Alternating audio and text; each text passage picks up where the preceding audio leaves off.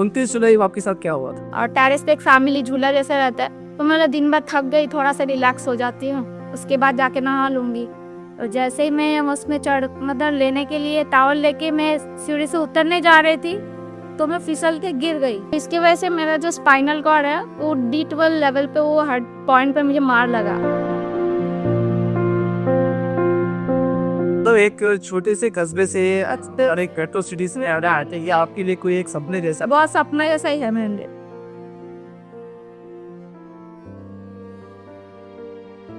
4 years मेरे support में कोई नहीं था, इसकी वजह से मैं आज एक स्टिक पे खड़ी हूँ। मतलब अगर आपको फास्ट रिकवरी करनी है हाँ, तो आपका ये कहना है कि हमें ज़्यादा से ज़्यादा एक्टिविटी करनी चाहिए। एक्टिविटी करनी चाहिए।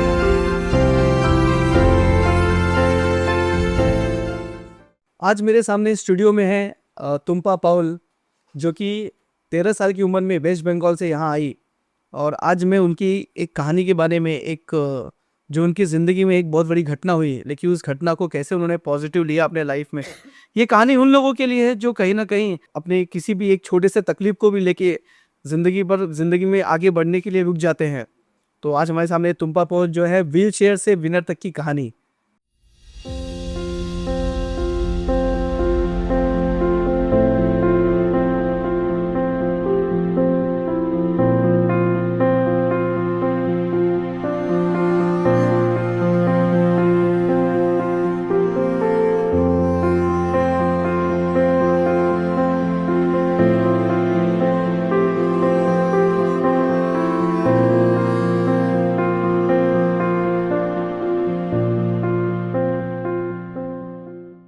आज जिस तुम्पा को आप मेरे सामने देख रहे हैं, ये वो तुम्पा नहीं है, एक पुनर्जन्म वाली तुम्पा है। तुम्पा, मैं आपसे जानना चाहूँगा कि आप 13 साल की उम्र में आपको वेस्ट बंगाल से मुंबई आना पड़ा, उसके पीछे क्या रीज़न है और क्या स्टोरी है? उसके पीछे रीज़न ये है सर कि मेरे फैमिली में मेरे पापा मिसिंग थे। अब कहाँ गए वो नहीं पता, वो तो बोले मैं घर जा रहा हूँ, घर से फिर आए नहीं आज तक। तो 1 महीना हो गया, 1.5 महीना हो गया, 3 महीना होने को आ रहा, कुछ इंक्वायरी नहीं, कुछ पता नहीं। फिर हमने किसी से मतलब संपर्क किया, उनको बोले कि ऐसा ऐसा हो रहा है, कुछ पता है क्या। तो हमारे पास इतने फाइनेंशियल सपोर्ट नहीं थे कि हम पुलिस कंप्लेंट भी ठीक से कर पाए क्या। अच्छा, तो ये सब, अब एक तो हमारे घर में हम तीनों बहनें थे और मम्मी थे, ये बहन थी? 3 बहनें थे। आप सबसे बड़ी? नहीं, मैं सेकंड नंबर हूँ। मॉम के लिए घर चलाना बहुत भारी पड़ रहा था, तो जिनके घर पे मतलब हम वहाँ पे भी रेंट पे ही रहते थे, खुद का घर नहीं था, जिनके घर पे हम लोग रहते थे वो अंकल आंटी बहुत अच्छे थे। तो उन्होंने हमारी व्यवहार, नेचर सब कुछ देख के देखा कि इनकी 3 बेटियां हैं, काम के तो लग रहा है 3 बेटियां, छोटी है, बाकी 2 जो बड़ी है उनको आगे फ्यूचर में कुछ हो सकता है। तो उन्होंने देखा कि तुम्हारे पापा जब आ ही नहीं रहा है तो आगे तुम लोगों का फ्यूचर कैसा होगा। तो उन्होंने फिर अपने बॉम्बे में, जो यहाँ पे हम अभी है करंट में, तो उन्होंने क्या किया, उनके बड़े भाई सबसे बात किए कि बोले मैं मुंबई में मेरे भैया है, तो उनको घर में उनसे टेक केयर करने के लिए एम्प्लॉय चाहिए, केयर टेकर चाहिए। तो तुम तो अभी एज तुम्हारी कम है, तुम पढ़ाई भी वहाँ पे अच्छा कर सकती हो, सब कुछ कर सकते हो, तुम वहाँ पे चली जाओ, तुम लोगों का फ्यूचर भी अच्छा, जब तुम्हारे पापा आएंगे तब बुला लेंगे तुम लोगों को। तो ये रीज़न था आपका वहाँ से वेस्ट बंगाल से मुंबई? पापा अकेले आए यहाँ पे? नहीं, मैं, मेरी बड़ी बहन आए थे। अच्छा, आप दोनों बहनें यहाँ दो भाई। इनकम के लिए? हाँ, इनकम के लिए आए थे। फिर गांव से मुंबई जब आए, तो मुंबई का अक्सर हम लोग टीवी में देखते हैं कि मुंबई कितनी सुंदर है, बड़ी बड़ी इमारतें, बड़ी बड़ी समुंदर, मुंबई फेमस है समुंदर और बिल्डिंगों की वजह से। और फिर सोचा मुंबई में पता नहीं किस टाइप के लोग होंगे, पर जब भी मुंबई स्टेशन में जब उतरी फर्स्ट टाइम, कुर्ला स्टेशन में, जब मुंबई में एंट्री हो रहा था ना, उस टाइम फिर ट्रेन में मैं नागपुर देखते हुए आई, महाराष्ट्र के नागपुर स्टेशन से। तब मुझे बड़ी बड़ी इमारतें दिखने लगे, मतलब अब लग रहा है कुछ अलग दुनिया में आए हैं। तो एक छोटे से कस्बे से और एक मेट्रो सिटी से आते ये आपके लिए कोई एक सपने जैसा? बहुत सपना जैसा ही है मेरे लिए। एक जिंदगी में एक नई उमंग होगी कि इस जगह जा रहे हैं, नई जगह जा रहा है, नई कुछ सीखने को। मेरा तो हमेशा था नया कुछ सीखने को मिलेगा, नई चैलेंजेस होगी। और सबसे इंटरेस्टिंग लगा कि शहर का मुझे चमक धमक देखा तो और अच्छा लगा। जब आप मुंबई आए थे तभी आपकी ये एक्सीडेंट हुआ था? नहीं, ये बाद में हुआ? बाद में हुआ। तो यहाँ पे आके आपने क्या क्या सीखा, मुंबई में नया क्या सीखा आपने फिर? वही, मैं सबसे पहले तो मैंने भाषा सीखा, मतलब कि मतलब बंगाली तो आती थी, मतलब हिंदी नहीं आती थी, मराठी नहीं आती थी, इंग्लिश थोड़ा बहुत अभी लर्निंग पीरियड में थी, सीख रही थी, क्योंकि मेरी पढ़ाई भी ज़्यादा नहीं, मैं डायरेक्ट 5वीं 1 से भर्ती हुई थी पापा ने। आपकी हॉबी क्या थी? मेरा सपना था कि मुझे एक डांसर बनना था, एक अच्छी डांसर। एक अच्छी डांसर बनना था। आप डांस करती थी? हाँ, डांस जब भी मैं जिनके घर में आई थी, वो खुद ही डांस कोरियोग्राफर थे। ओह! और आपका सपना था और आप सीधा कोरियोग्राफर का सोच। हाँ, कोरियोग्राफर के पास पहुंच गए। तो उनसे जब मैं मिली तो मैंने सोचा मैं एज अ उनके घर पे आई थी एज अ मेड, काम वाली बन के आई थी। मुझे थोड़ी पता था मालकिन मुझे कोई अपना असिस्टेंट बना लेंगे, तो वो मेरे लिए एक प्लस पॉइंट था। तो आपकी मालकिन ने आपको सिर्फ ऐसा नहीं कि घर के काम सीमित रखा। काम वाली बात क्या नहीं रहेगा, आगे रखा। और सबको बोलते भी ये थे कि she is my adopted child. Oh ऐसे? हाँ, तो मैं उनको भी खैर बोलूंगी। यस। तो आप जब कोरियोग्राफर जो डांस सिखाती थी, तो डांस सिखाते सिखाते आपका भी उसमें और इंटरेस्ट बढ़ने लगा होगा। पहले तो मैं अच्छी नहीं कर रही थी वो मुझे डांटते थे। थोड़ा मतलब पहले सोचती थी कितना तो, मैंने बाद में सोचा एज अ मदर के हिसाब से अगर बच्चे गलती करे तो वो इसलिए डांटते थे। अब तो हम आपकी लाइफ की सबसे टर्निंग पॉइंट के बारे में जानना चाहेंगे कि आप एक अच्छा डांस करती थी और सब कुछ था, ऐसा क्या हुआ कि जिसकी वजह से आज आपको व्हील चेयर से विनर तक का एक सफ़र है आपका, उस हम एक्सीडेंट के बारे में जानना चाहते हैं, क्या हुआ था? एक्चुअली मैं जब इनके मुंबई में आई मेरे आंटी के घर पे, तो आंटी ने मुझे ऐसे ट्रेंड किया ना कि जैसे कि कोई मैं सुपर गर्ल हूँ। मुझे बैठने नहीं दिया, मुझे थकने नहीं दिया। हर चीज़ फटाफट फटाफट फटाफट टाइम से भी फास्ट करती थी, हर एक चीज़। मतलब आपको इतने बजे उठना है, 5 बजे उठना है तो उठना ही है आपको। ये चीज़ सारे वर्क उन्होंने शेड्यूल बना के रखे थे, ये इस टाइम पे वो सब काम हो जाना चाहिए। तो वो मुझे मेरे काम से बहुत इम्प्रेस्ड है। वो सोचते थे लड़की को मैं कुछ भी चैलेंज दूँ कर लेती है। तो एक के बाद एक के बाद एक के बाद वो मुझे चैलेंज देते गई।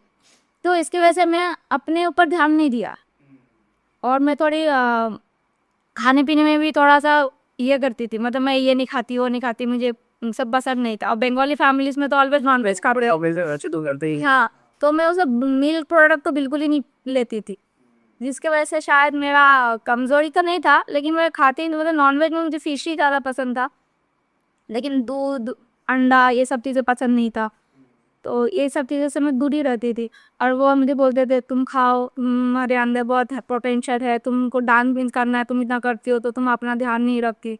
तो मैं इतना फास्ट थी हर एक काम के, जो बोलते थे क्विकली कर देती थी। तुम पर ये लेके आओ, तुम पर वो कर दो, तुम पर ये बना दो। आज मेरे घर में गेस्ट आ रहा है, उनके लिए डिनर में क्या बनेगा तुम डिसाइड करोगी, मैं नहीं कोई रेसिपी बताऊंगी, पर डेकोरेशन मैनेजमेंट सब प्रॉपर होना चाहिए। तो आप में उस काम से आपको लीडरशिप बिल्ड हुआ आपके अंदर। हाँ, लीडरशिप। कहते हैं कि काम करने से लीडरशिप आपके ऊपर आती है। हाँ, घर के प्रति सजावट थोड़ा अच्छा लगता है, पर इससे थोड़ा पॉजिटिव चेंजेस भी आते हैं कि अगर आपके घर अच्छे से व्यवस्थित है तो आपका माइंड भी अच्छा जाता है, दिन भी अच्छा जाता है, उससे ही पॉजिटिव एनर्जी आती है। और उनके घर में मेरे साथ बातें करने के लिए सिर्फ एक डॉगी थे। अच्छा, उनके जाने के बाद जब वो लोग अपने काम के लिए निकल जाते होंगे तो डॉगी, तो डॉगी थे, तो अब बात किससे करूँ? दिन भर इंसान किससे बात करेगा? घर में अकेला तो पागल हो जाएगा। या तो खुद से बात करेगा या तो एनिमल से बात करेगा।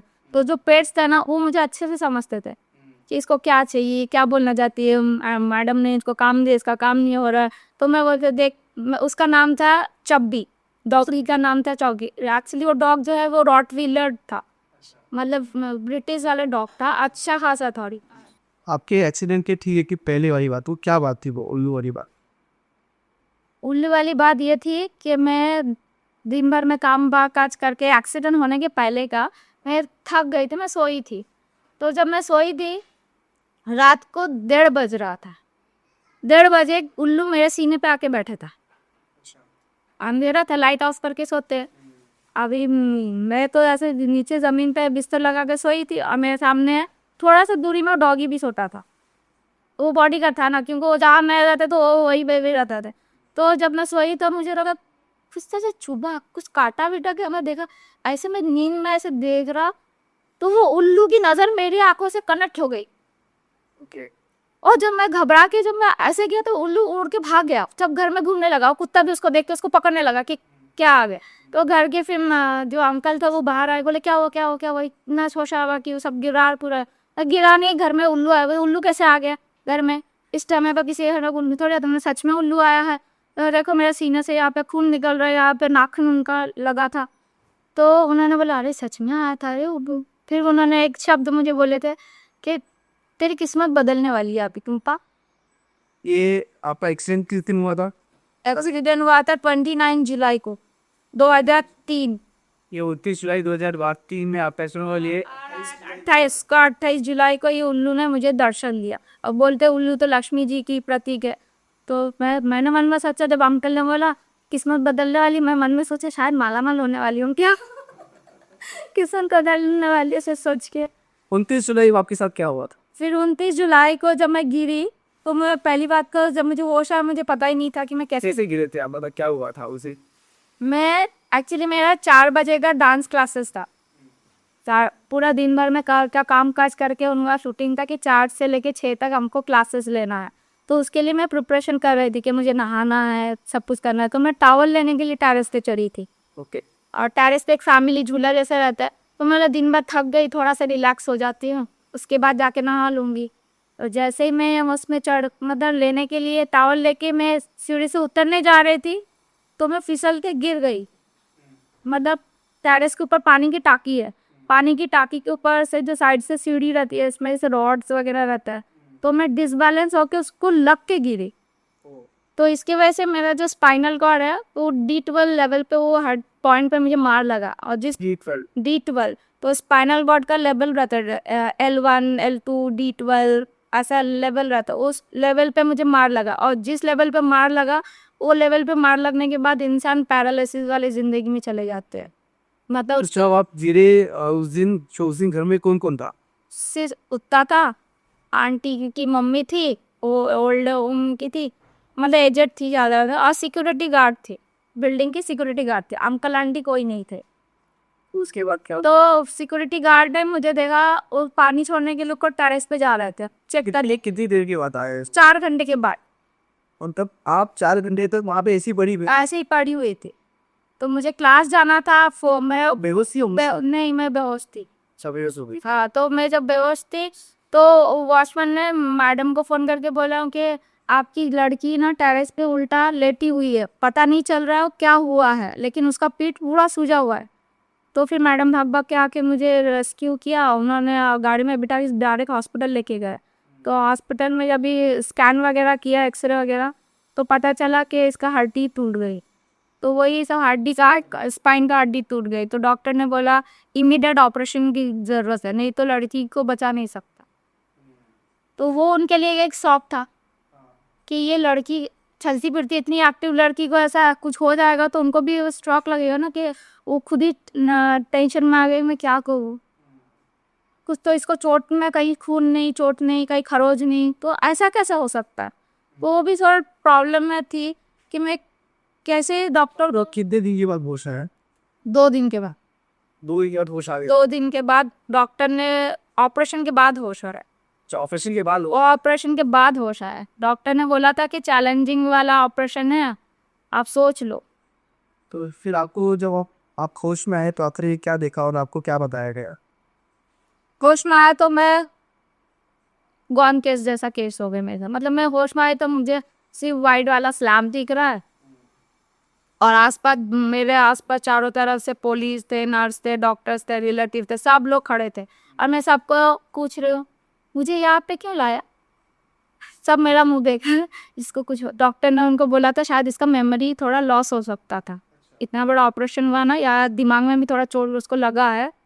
तो MRI में पता था कि देखा था जब ये कि थोड़ा दिमाग में चोट भी लगा है इससे, ईजी थी तो स्पाइन के साथ दिमाग पे भी चोट था।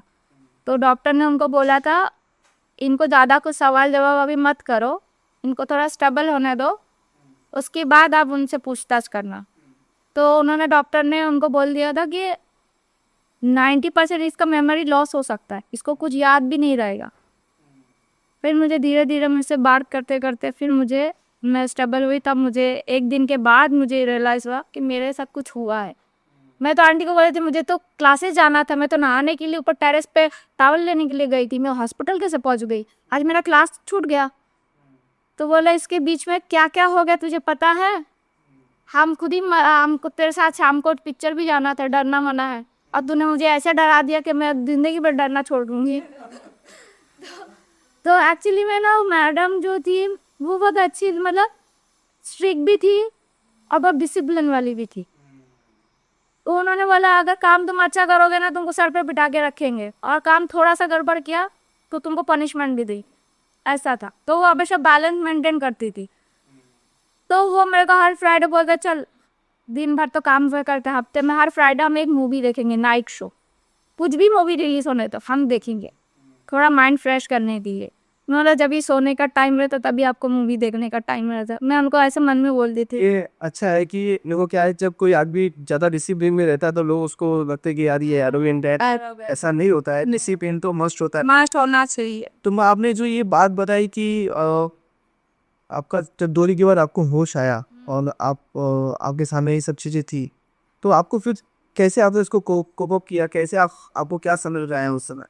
जब मैं होश में आया, पहली बात तो डॉक्टर नर्स रिलेटिव कोई ज़्यादा टाइम तो आपके साथ रहते नहीं। जब भी आप मुझे आईसीयू में रखा था, और तो आईसीयू में थी, तो आईसीयू में ज़्यादा पेशेंट नहीं रहते, 2-3 ही पेशेंट रहते हैं, और भी थाइन हॉस्पिटल में थी।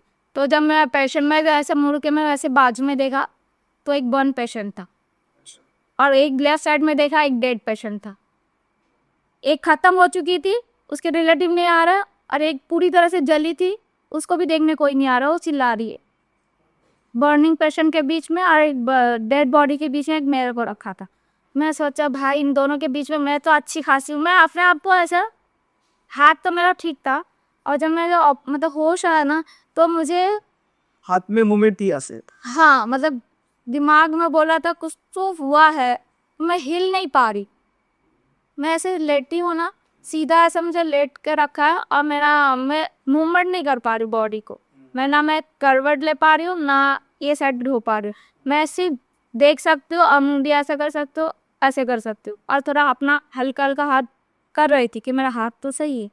तो फिर मेरा बॉडी क्यों नहीं हिल रहा है। फिर मुझे एक शौक लगा, भाई मुझे हुआ क्या, मेरे दिमाग में वही चल रहा है, मुझे हुआ क्या, बताओ, कोई बता नहीं रहा है मुझे हुआ क्या। मैं तो अभी चलती फिरती लड़की थी, मुझे हुआ क्या। तो वो मेरे अंदर ना वो क्वेश्चन काफ़ी सालों तक था, मुझे एक्चुअली में सच में कुछ हुआ था क्या, या किसी ने मेरे साथ कुछ किया कि रातों रात ऐसा क्या हो गया कि मैं चल नहीं पा रही हूँ, दौड़ नहीं पा रही हूँ।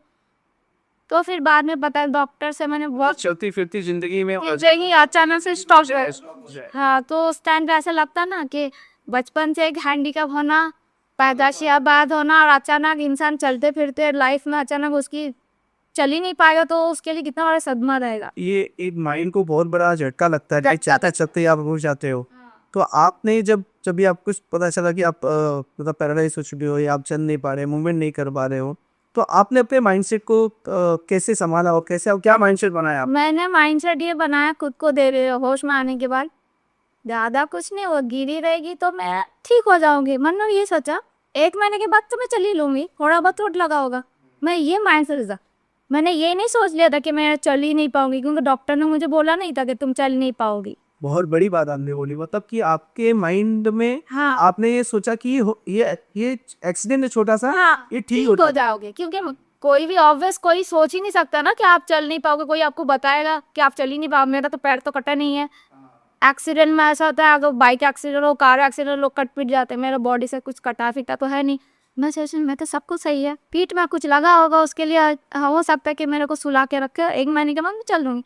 मेरा माइंड बार बार यही बोलते 1 महीना, फिर हफ्ते पे हफ्ते जा रहा है, हफ्ते पे हफ्ते जा रहा है, फिर भी नहीं आ रहा। चल ठीक है, और थोड़ा टाइम लगेगा।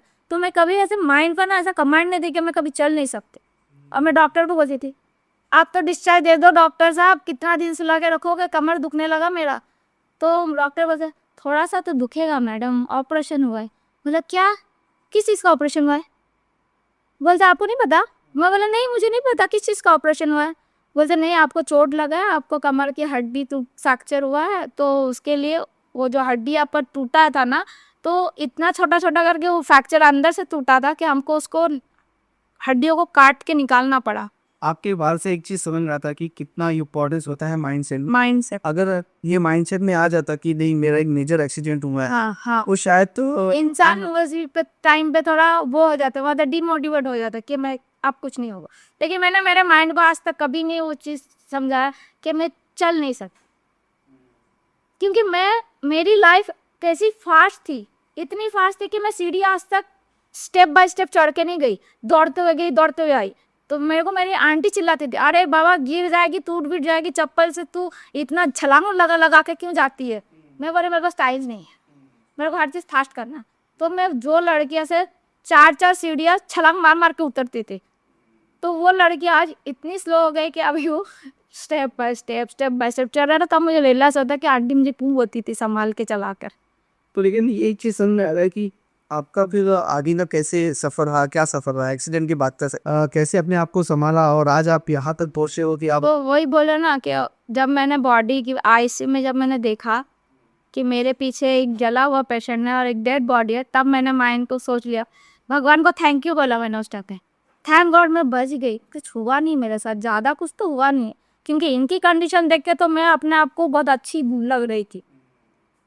मैं तो माइंड में से सोच लिया कि अभी मेरा डिस्चार्ज हो जाएगा, 1 महीने के बाद लेके जाएंगे, मैं घर चल फिर गए, यही सब माइंड में मेरा चल रहा था कंटिन्यूअस। जितना 1 महीना बेड में थी मैं यही सोच रही अब आएगा, क्योंकि डॉक्टर सब जब आते हैं स्माइल देते हैं, आपका केस स्टडी करते हैं, आप कितना इम्प्रूवमेंट कर रहे हो, तो बोलते आप आपको कुछ तकलीफ नहीं, आप ठीक हो जाओ। कितने साल तक थी आप हॉस्पिटल में?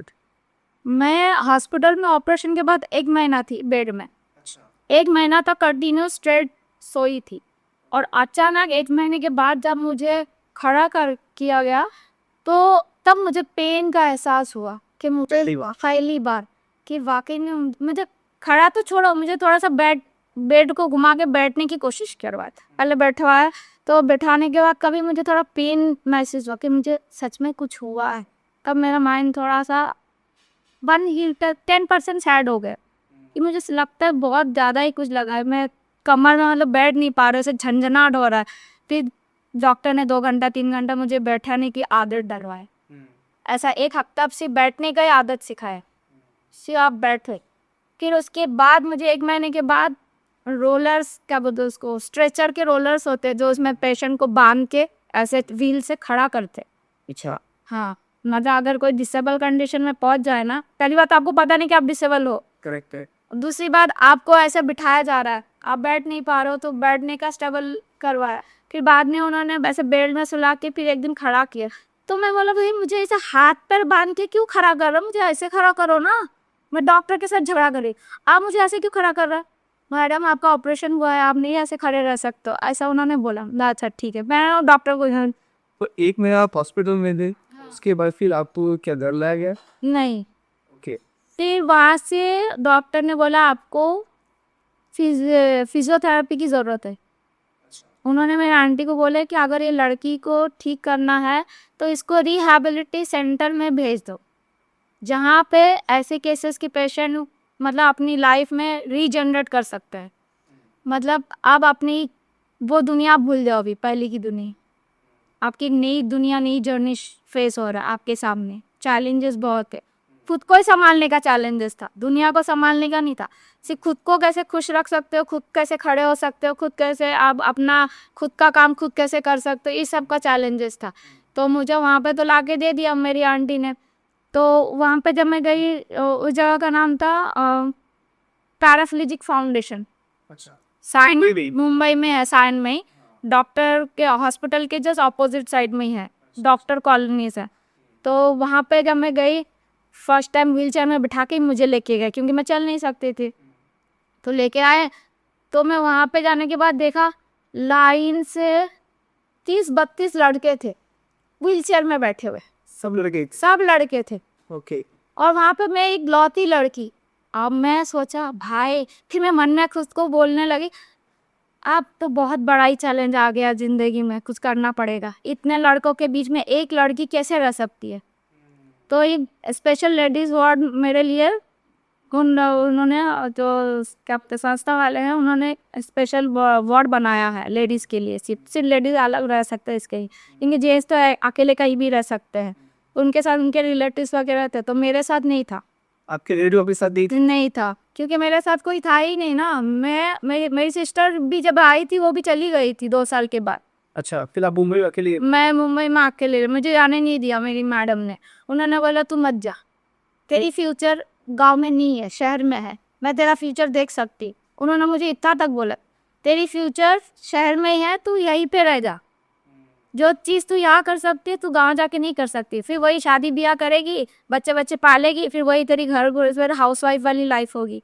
मैं बोला बात में तो दम था इतना, तो क्या रुक गई आप? रुक गई फिर। तो वहाँ पे जब 32 लगभग आपने देखा और अपने आप को अकेले देखा, फिर वहाँ पे आपका थोड़ा हमें फाउंडेशन की आप स्टोरी बताइए। फिर फाउंडेशन में ऐसा था कि वहाँ पे वार्ड्स बॉयज होते थे जो पेशेंट के टेक केयर करते थे, और 1-2 इमरजेंसी नर्स होते थे कि अगर किसी को कुछ हुआ तो वो नर्स मेडिसिन वगैरह दे सकते हैं। और वहाँ पे मतलब वहाँ पे भी रूटीन्स बहुत फॉलो करनी पड़ती थी। वार्ड्स बॉय की जिम्मेदारी थी पेशेंट को टाइम टू टाइम खाना देना, उनका बीच बीच में जाके एक राउंड मार कर डिसिप्लिन में आ गए। मतलब मैं वो सोचती थी, दिमाग में था मेरी आंटी की थी डिसिप्लिन थी, अब यहाँ पे भी डिसिप्लिन है। मतलब वो डिसिप्लिन वाली सर्कल है ना दिमाग में, लॉन्ग टाइम तक चलता गया। तो फिर मैं बाद में रियलाइज हुआ कि डिसिप्लिन लाइफ में होना कितना ज़रूरी है। और जब आप फाउंडेशन में गए और आपने औरों को भी देखा जो कहीं ना कहीं कुछ ना कुछ किसी न किसी से पीड़ित होंगे, हाँ, आपके मन में कैसा क्या है? तो मैंने देखा कोई एक्सरसाइज नहीं कर रहा। पहले तो यहाँ बताया गया कि तुम यहाँ पे ठीक होने के लिए आई हो, तुमको मेहनत करना पड़ेगा, खुद से खुद कोशिश करना पड़ेगा। तो देख रही हो लड़के लोग कोई मेहनत नहीं कर रहा है, सब चुपचाप बैठे हैं, सिर्फ खाते रहते हैं, उनकी फैमिली वाले उनको खिलाते रहते हैं, सुलाते रहते हैं, और वही लोग आओ मतलब जो रिलेटिव्स है वही इनके हाथ पैर हिला रहे हैं। जो जिसका कंडीशन हुआ है वो खुद से कुछ नहीं कर रहा था। तो आप ये कह सकते हो कि आपके रिकवरी में आपके साथ में आपके रिलेटिव का ना होना भी एक पॉजिटिव? हाँ, मैंने वो एक पॉजिटिव वे में लिया था। चैलेंजेस था मेरे लिए कि मुझे ठीक होना है, क्योंकि मेरे सपने अधूरे रह जाएंगे ना। मुझे डांसर बनना था, तो मुझे ठीक होकर दिखाना है उनको। मैंने उनको चैलेंज किया, ठीक है मैं 1-2 महीने के बाद आ जाऊंगी घर पे वापस, क्योंकि मुझे डांस से बहुत प्यार था, लगाव था। तो मेरे दिमाग में वही चलता था, मुझे ठीक होना है। तो अभी मुझे यहाँ छोड़ के गए, तो फिर बाद में वहाँ पे भी चैलेंजेस ये था, खुद से नहाना है, खुद से ही उठना है, खुद का बिस्तर खुद ही साफ करना है। अब आधा बॉडी में जान नहीं है, मतलब सेंसेशन चला गया था मेरा, चेस्ट के नीचे से पूरा लेग्स तक सेंसेशन है। इनफैक्ट अभी भी नहीं है, यहाँ से मेरे को सेंसेशन नहीं है। यहाँ से मेरे मतलब बिलो नी से लेकर टो तक मेरा जो पैर है वो डेट है। ओ, आज भी? अभी भी कोई मुझे ऐसे टोचन दे, कुछ काटे मारे काट ले, मुझे कोई सेंसेशन नहीं है, फीलिंग्स ही नहीं है, क्योंकि मैं अभी भी नी के ऊपर से लेके जिंदा हूँ, नी के नीचे से लेके नहीं हूँ। कि मतलब पहले तो मतलब फेस के नीचे से? चेस्ट के नीचे से सेंसेशन नहीं था। अच्छा। तो बॉडी में जब सेंसेशन नहीं तो आप अपनी बॉडी को मूवमेंट कैसे करोगे? आपको कुछ सेंस ही नहीं ना, क्योंकि आपका दिमाग बोल रहा है आपका यहाँ तक ही चेस्ट तक ही आपको जा रहे हैं, आपके नीचे से लोअर तो बॉडी। बिना रिलेटिव के होते हुए भी आपका वॉशरूम जाना, डे टू डे एक्टिविटी करना, ये सब कैसे पॉसिबल था?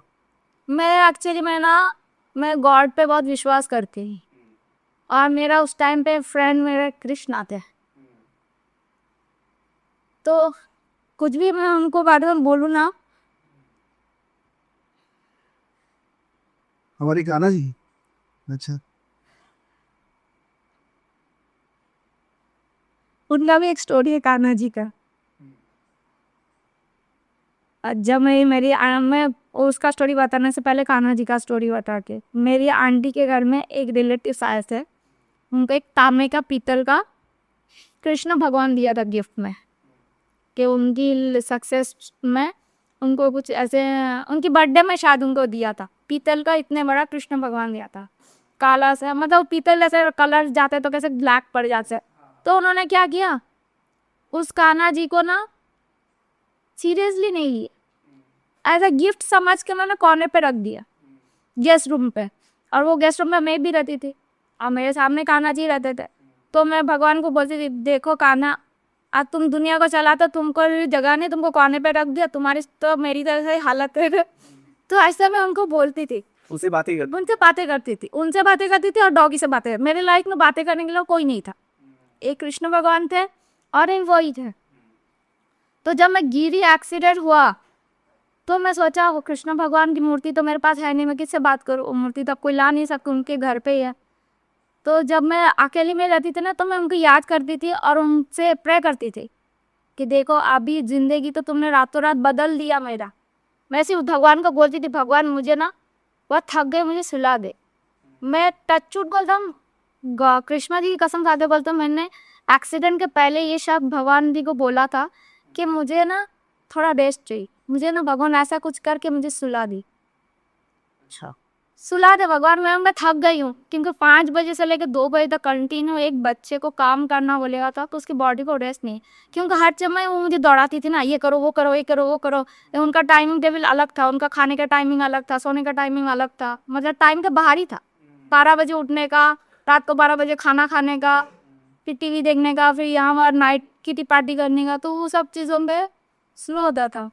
तो तुमने फाउंडेशन में अपने आप को कैसे संभाला और कैसे आगे बढ़ी?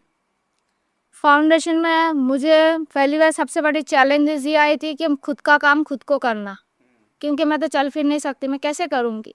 फिर दिमाग को थोड़ा शांति से लिया, फिर वही भगवान जी को याद किया, देख भगवान अब तूने ज़िंदगी बदला, अब राह भी तू ही दिखाएगा। तो ऐसा मन में सोचते हुए कोशिश करती गई। बेस्तर पे ऐसे जैसे बेड्स होते हैं ना पेशेंट को रखने का, तो दोनों बाजू से ना ऐसे क्या बोलते हैं उसको, साइड से थोड़ा लिफ्ट किया हुआ रहता है ताकि पेशेंट गिर ना जाए। तो और ऊपर से मुझे सुला के रखते थे वाटर बेड पे। वाटर बेड वाटर बेड पे क्या होता है? वाटर बेड इस पानी वाला बेड था, गादी जिसके अंदर आप पानी डाल के रखो, तो उसमें पेशेंट को ऐसे पेशेंट को रखते हैं जिनका सेंसेशन नहीं है। अच्छा। तो मेरा स्पाइनल कॉर्ड इंजर्ड है और मेरे बॉडी से आधे बॉडी सेंसेशन नहीं है। अगर मैं ऐसे ही कंटिन्यू बिना मूवमेंट किए सोई रहूंगी तो मेरा जख्म होने का टेंशन है। अच्छा, बॉडी सड़ने का है। हाँ, सड़ने का टेंशन है, इसके लिए वाटर बेड पे रखे थे। तो बॉडी मूवमेंट कर ताकि हल्का सा भी मैं यहाँ करूँ तो पानी तो हिलता रहता है ना, तो आपकी बॉडी को फिर ब्लड सर्कुलेशन होगा, इसके वजह से वाटर बेड पे रखा था। तो ऐसे मैंने 3 साल वाटर बेड पे थी। मैंने आपका एक न्यूज़ पे भी देखा था कि आपने कहीं पे फुटबॉल का किया था। तो क्या आप कैसे पार्टिसिपेट क्या करती थी आप? तो वहाँ पे भी एक चैलेंजेस ये था कि ऐसी कंडीशन में भी लोग स्पोर्ट्स खेल सकते थे, मुझे पता नहीं था। अच्छा। डिसेबल कंडीशन में होके भी ये सब जो जो नॉर्मल इंसान खेलते हैं वो डिसेबल वाले भी खेल सकते हैं, मुझे पता नहीं था। तो मुझे वो चीज़ का जब पता चला तो मुझे एक एक्साइटमेंट आया कि अरे वाह, इसमें भी है, साला अच्छे खासे टाइम पे तो नहीं करने को मिला, ऐसी कंडीशन में मिला तो चांस लेने में क्या जाता है। तो मैंने पार्टिसिपेट किया, हारूंगी तो हारूंगी, जीतूंगी तो जीतूंगी, कुछ तो सीखने को मिलेगा। तो अब तभी भी आप अकेली लेडीज थी वहाँ? अकेली थी, अच्छा। पूरी जर्नी मेरी 4 साल अकेली बीती है। 4 इयर्स मेरे सपोर्ट में कोई नहीं था, इसकी वजह से मैं आज एक स्टिक पे खड़ी हूँ।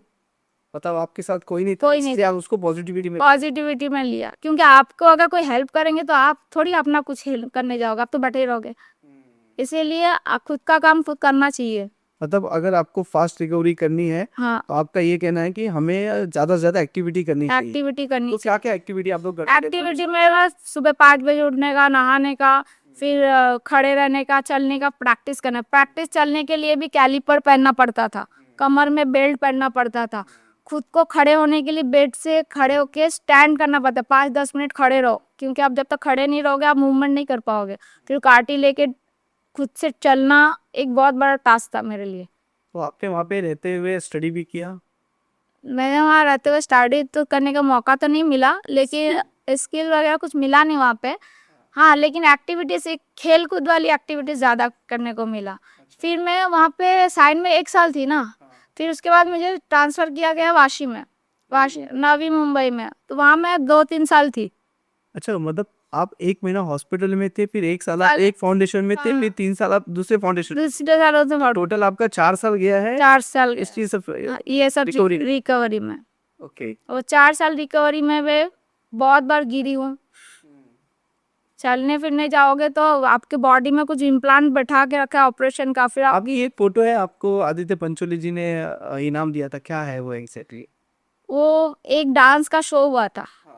तो डांस का शो मतलब फाउंडेशन वाले ने ऑर्गेनाइज किया था कि अगर आपको डोनेशन लेना है तो आपके आश्रम में क्या क्या एक्टिविटीज़ होते हैं उनको देखना है। तो किसी ने बैग विग वगैरह बनाया, किसी ने ड्राइंग बनाया, किसी ने क्या बोलते हैं डांस का किया, किसी ने पोएम बोले, कोई कुछ जो जिसको जो आया वो किया, किसी ने सिंगिंग किया। अब मुझे तो अंदर डांस का कीड़ा था ही, तो मैं सोचा मैं डांस में पार्टिसिपेट करती हूँ। तो मैंने डांस में पार्टिसिपेट किया, तो डांस उनको अच्छा लगा, व्हीलचेयर में बैठ के भी लड़की डांस कर सकती है। तो वो डांस उनको अच्छा लगा। फिर उन्होंने एक शो ऑर्गेनाइज किया अंधेरी ईस्ट में, तो वहाँ पे as a guest Aditya Pancholi sir आए थे। तो फिर उनको अच्छा लगा, फिर उन्होंने 5 लाख का चेक हैंड ओवर किया मुझे क्या बात है। टीम के तरफ से। मैं फर्स्ट में थी तो मुझे उनको अच्छा लगा, तो उन्होंने मुझे शाबाशी दिया। बहुत प्राउड मोमेंट रहा वो। हाँ, वो मोमेंट तो बहुत प्राउड था। 5 लाख का चेक दे के जा रहे थे इतना सा डांस के लिए, उनको क्या अच्छा लगा पता नहीं। तो फिर वो फाउंडेशन वाले को वो चेक गया है, तो फाउंडेशन भी हैप्पी हो गया कि चलो इनके थ्रू। स्पोर्ट्स में आपका कैसा था पार्टिसिपेशन, क्या करते थे आप? स्पोर्ट्स में वहाँ पे था कि आपको व्हीलचेयर रेस्ट करना था। जितने डिसेबल कंडीशन के लोग थे उनके साथ में रनिंग करना था, व्हीलचेयर का रेस लगा था। फिर ट्राई साइकिल का रेस है, जो साइकिल्स होते हैं आपको 2 किलोमीटर जो रोड है पब्लिक रोड, वो पब्लिक रोड में आपको चलाना है। ऐसा नहीं कि वहाँ पे आसपास नॉर्मल गाड़ी वाड़ी रहेगा सब। तो उसमें से मैंने पार्टिसिपेट किया तो मैं फर्स्ट आ गई। अच्छा। साइकिल, हाँ, व्हीलचेयर में भी किया था, व्हीलचेयर में तो फर्स्ट आई। ट्राई साइकिल होता है, अच्छा, ट्राई साइकिल जो आगे एक चक्कर रहता है, पीछे साइड में 2 रहता है, ऐसे आपके हाथ से चला के करो। करेक्ट। तो मैं और वाशी फादर एग्नल स्कूल से लेके सेक्टर 2 तक में वाशी बस डिपो होके उल्टा साइड से वापस सेक्टर 9 के होके वहाँ पे आना था ग्राउंड पे। आप जब फाउंडेशन पहुंचे तो आपने जब वहाँ पे देखा कि दूसरे लोग आपसे भी ज़्यादा तकलीफ में है या उसमें है, तो तब आपको कैसा, क्या माइंड से बना आपका? तब माइंडसेट मैंने ये सोच लिया था कि अब यही जिंदगी अगर जीना है तो इसी में ही कुछ करके दिखाते हैं। अगर दुनिया में जीना है तो कुछ तो करना पड़ेगा ना, ऐसे सैड लेके नहीं बैठ सकते। क्योंकि अगर आपका सपना होना चाहिए आपको कुछ करने का, अगर आपका सपना ही खत्म हो जाए तो आप क्या करोगे? तो नहीं, तो ये भी बहुत कि जब मैं उनको देखती थी तो ऐसा होता था कि इनके इतने बड़े बड़े तकलीफ है, उनके सामने तो मेरी तकलीफ नहीं। हाँ, मतलब वो भी एक चीज है कि दूसरे को जब देखते हैं ना कि वो कुछ कर नहीं रहे, उनकी तकलीफ हमसे भी ज्यादा दुखी है। उनके रिलेटिव्स होते हुए भी उनको पास आते नहीं, उनको छोड़ के चले जाते। हमारे तो है ही नहीं तो आते नहीं, जिनके है उनके भी नहीं आते। तो उनका दुख दुख सुन के भी ऐसा लगता था कि मेरा दुख कुछ नहीं है उसके आगे। अच्छा। तो ये एक हिम्मत मिलती थी कि अपने को कुछ नहीं हुआ, हम सब सही है, हम नहीं कर तो सकते, फिर भी कम है। कम है। तो ये सब चीज़ों की वजह से थोड़ा इंस्पिरेशन मिल गया लाइफ में। कि फिर उसके बाद जब भी मैं वाशी में आई थी, वहाँ पे तो स्पोर्ट्स वगैरह में किया, पार्टिसिपेट किया, डांस में पार्टिसिपेट किया, स्पोर्ट्स में पार्टिसिपेट किया। और आप यकीन नहीं करोगे, सारे मेडल्स मुझे ही मिले। अच्छा। सारे सातों के साथ। लीडर रहती थी क्या? अरे नहीं, लीडर नहीं थी, लेडीज बहुत थी वहाँ पे पार्टिसिपेट करने के लिए भी। बाहर से आए थे जितने जितना, मतलब हर एक जगह के फाउंडेशन के लेडीज आए थे। जब भी स्पोर्ट्स होता है तो एक जगह का नहीं बुलाते, वो तो अलग अलग लोगों को ऑर्गेनाइज करते। तो उसमें से शरण जो जहाँ पे मैं थी, वो फाउंडेशन फेमस हो गई कि वहाँ की एक लेडीज को इतना अच्छा ट्रेंड किया गया है, वो खुद फर्स्ट होके उनका नाम रोशन किया, ऐसा बोले थे। तो मैं जब भी अवार्ड लेके या कुछ फंक्शन लेके, जब तिलक कॉलेज के सब बच्चे लोग सब आए थे और अपने को प्राइज दे रहे थे, तो मैं एक प्राइज लेके वापस सीट में बैठ गई थी। फिर अनाउंसमेंट कर रहे थे, सर्टिफिकेट में लिखा था, वापस से बैठने नहीं पता, एक रख के जाए थी, फिर जाके फिर बुला रहे, फिर रख के जाए थी, फिर बुला, फिर मैंने बोला भाई सबका मेरे को ही लगा है क्या, किसी को नहीं लगा। तो इसीलिए मेरा न्यूज़पेपर में आया था। अच्छा, न्यूज़ में भी आपका है? हाँ, डीएनए में आया था ना, टाइम्स ऑफ इंडिया में भी आया था उस टाइम पे। 2006 में आया था, देखो ग्रेट। न्यूज़पेपर में आया था कि एक लड़की थी जिसने इतना सारा अवार्ड अपने नाम कर लिया। तो ये इतनी बड़ी दुर्घटना आपके साथ हुई, फाउंडेशन हुआ, आपका लाइफ पूरा रोते रखी चेंज हो गया। चेंज हो तो फिर अभी आप आज एक कंपनी, आप प्राइवेट लिमिटेड कंपनी में आप पूरा अकाउंट्स का काम संभालते हो, तो यहाँ तक की जर्नी आपकी क्या है? वहाँ तक की जर्नी भी एक चमत्कारी जर्नी है मेरे लिए। वहाँ पे भी मतलब जहाँ पे मैंने डांस का, मुझे जिस सर ने डांस को सिखाया था, व्हीलचेयर में बैठ के प्रैक्टिस किए थे, गणेश सर थे। तो वो गणेश सर से मेरी बातचीत बहुत अच्छी हो गई थी, मतलब फ्रेंडशिप जैसा हो गया था। वो मुझे, उनको पता नहीं क्या महसूस हुआ कि लड़की में कुछ बात है, इसको थोड़ा आगे बूस्टअप करेंगे तो कुछ कर सकती है लाइफ में। उन्होंने मेरे अंदर कुछ टैलेंट देखा, तो उन्होंने बोला तुम इसी चीज़ को कंटिन्यू रखो। बहुत लोग हैं जो दुखी होके, सैड होके अपनी लाइफ में कुछ कर नहीं पाते, और तुम कर सकती हो। तो तुम इस चीज़ को कंटिन्यू रखो, जो तुम्हारा मन को लगे अच्छा वो करो, दुखी मत, अपने आप को सैड मत सोचो, तुम कर सकती हो। तो उन्होंने ये चीज़ बोला था। फिर वापस से शरण में आई, तो वाशी में जब मैं आई दूसरे आश्रम में, तो तो वहाँ पे भी डांस का प्रोग्राम हुआ। फिर उनसे मेरी दोबारा मुलाकात हो गई, अच्छा, दोबारा मुलाकात। दोबारा मुलाकात हो गई। फिर वो सर बोले अरे वाह तुम अभी भी यहीं पे हो।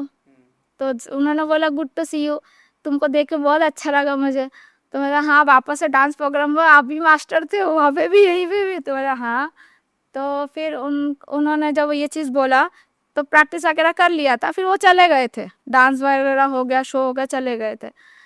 फिर सडनली क्या हुआ, फैमिली में कुछ डिस्प्यूट हुआ शायद कि मेरी मम्मी और मेरी सिस्टर आ गए थे यहाँ पे। हाँ यहाँ पे, जहाँ पे मैं जिनके घर में थी उनके घर पे आ गए थे। तो फिर आपने अलग से एक घर ले लिया? नहीं तब नहीं घर लिया था, तब वो उनको भी हमको उनसे मिलने नहीं दे रहे थे ज़्यादा, वो हमसे मिल नहीं पाते। अभी लड़की इतनी साल से अलग है, 4 साल अकेली लाइफ में किया, उनको कब आएंगे, उनको भी एक माँ को रहता है ना कि बच्चे कब मेरे पास आ जाए। वहाँ से फिर मैं सोचा मैं अब क्या करूँ लाइफ में।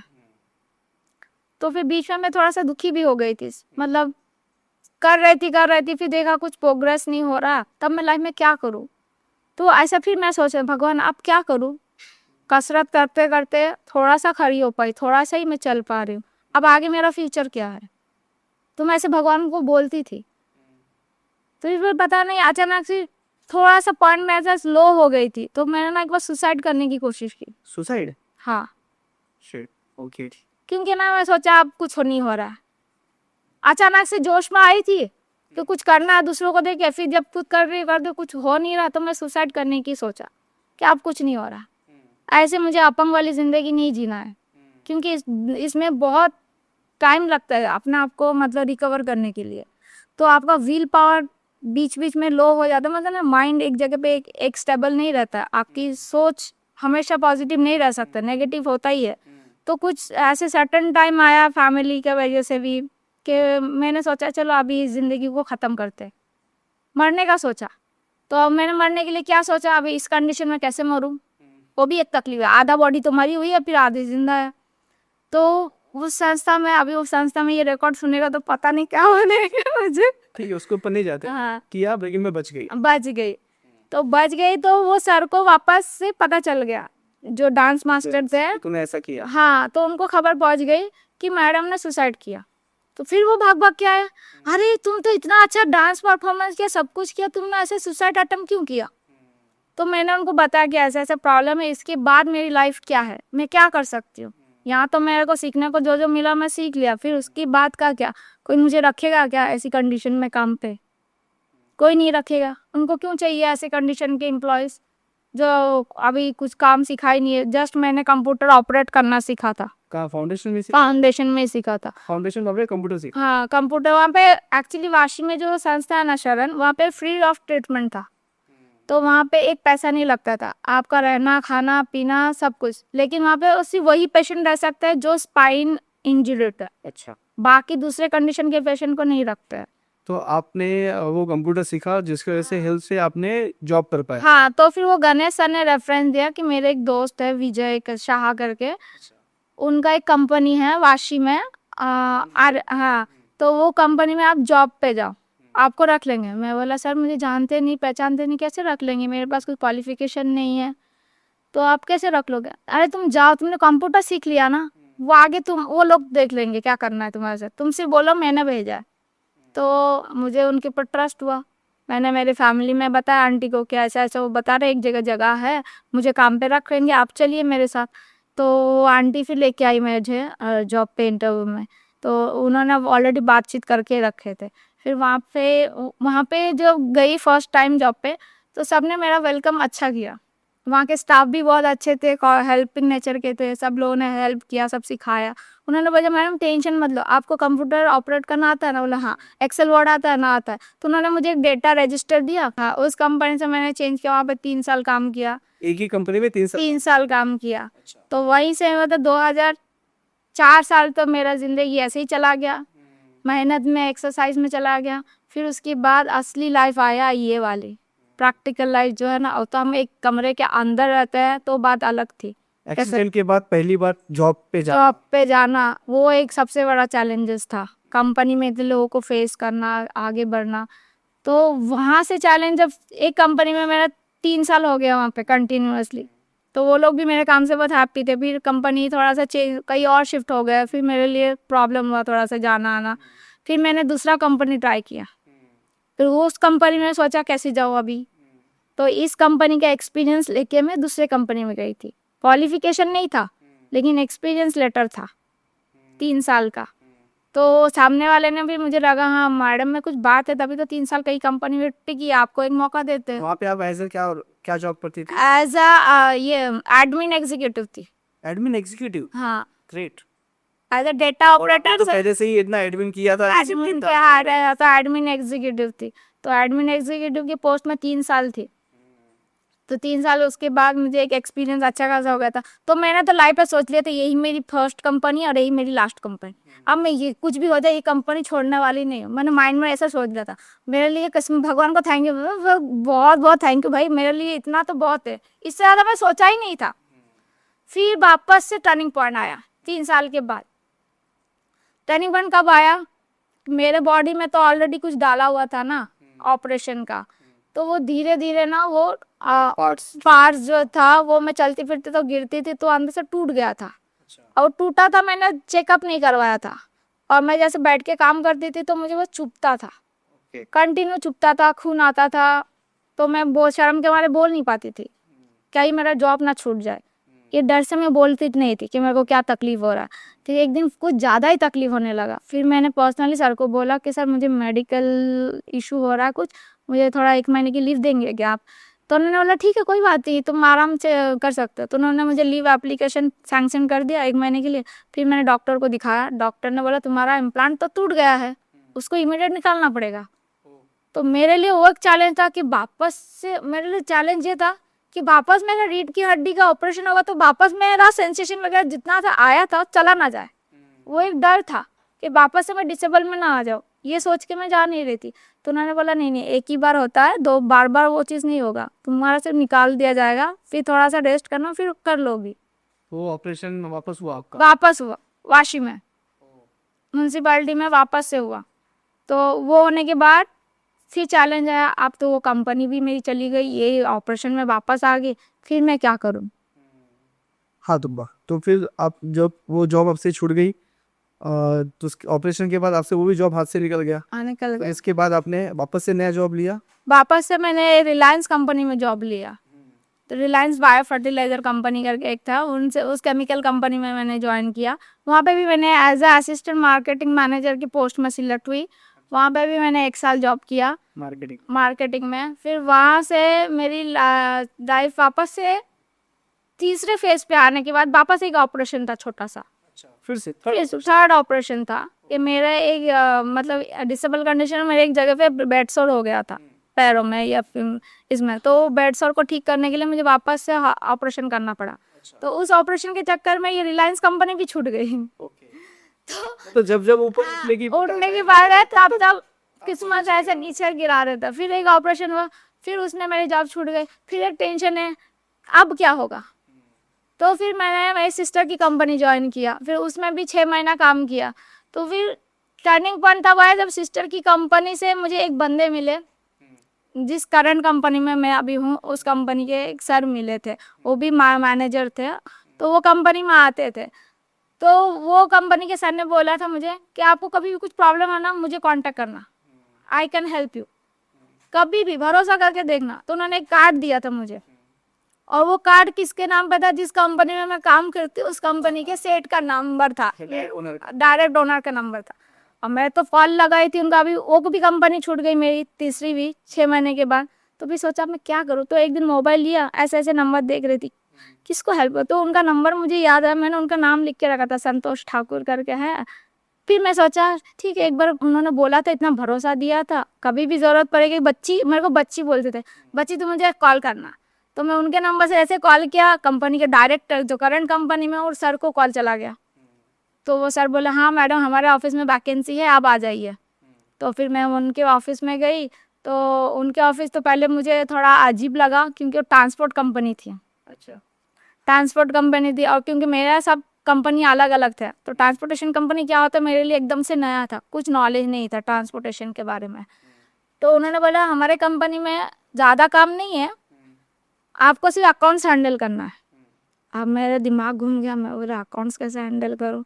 तो फिर अकाउंट्स का फिर धीरे धीरे उन्होंने मेरा काम देखा, उन्होंने काम देख के बोला हाँ तुम कर लोगी, जो जो वो बोलते थे मैं फॉलो करके करती थी।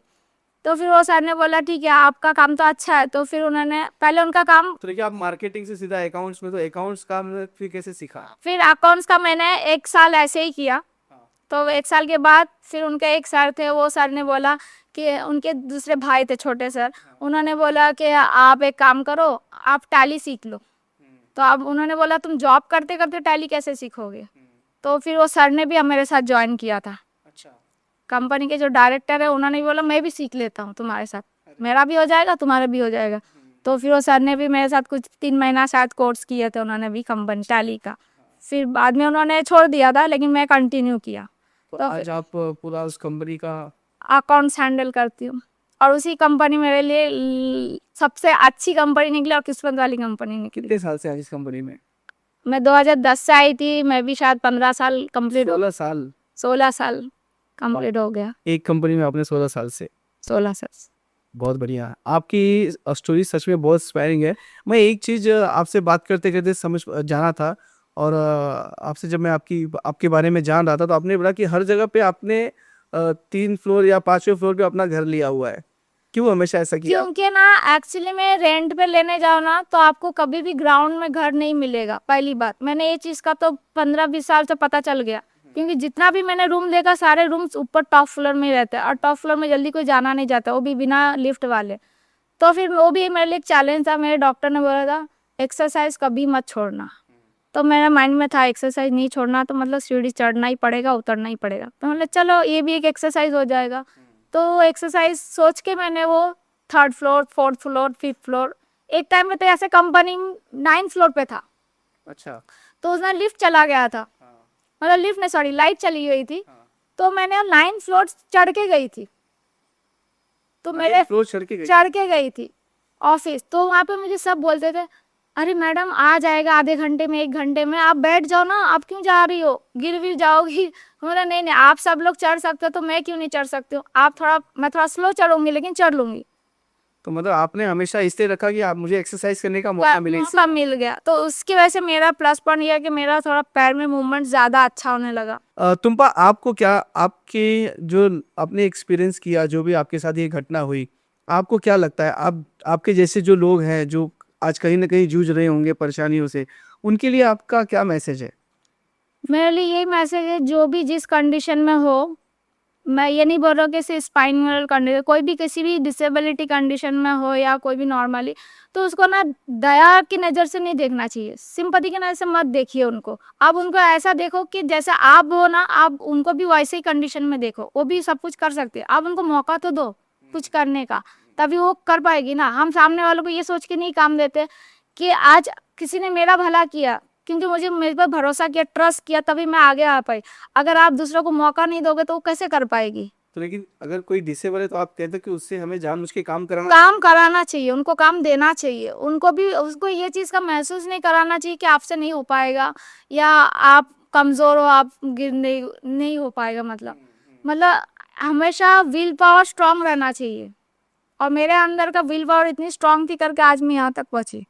तुम्पा जी, आपसे सच में बात करके बहुत अच्छा लगा, और एक चीज़ समझ में आता है कि ज़िंदगी में कितनी बार भी हम गिरे, लेकिन उठने का मौका हमेशा ज़िंदगी हमें देती है। ज़िंदगी की यही सबसे बड़ी खूबी है कि वो हर बार हमें मौका देती है। बस उस मौके को हमें पहचानने आना चाहिए, उस मौके का हमें फ़ायदा उठाने आना चाहिए।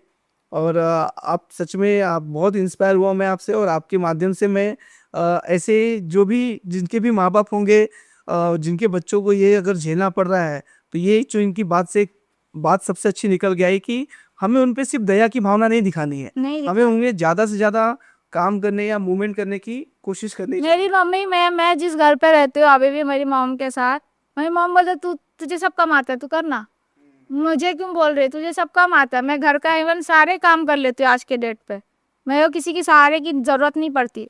नारी शक्ति ही सबसे बड़ी शक्ति है, तो नारी को अपनी शक्ति भूलना नहीं चाहिए। आप किसी से कमज़ोर नहीं हो, नारी में इतनी शक्ति है कि वो चाहे तो कुछ भी कर सकती है, वो खुद में सक्षम है, उसको किसी की सपोर्ट की ज़रूरत नहीं है। बहुत अच्छा लगा आपसे बात करके Tumpa ji. Thank you very much. Thank you sir.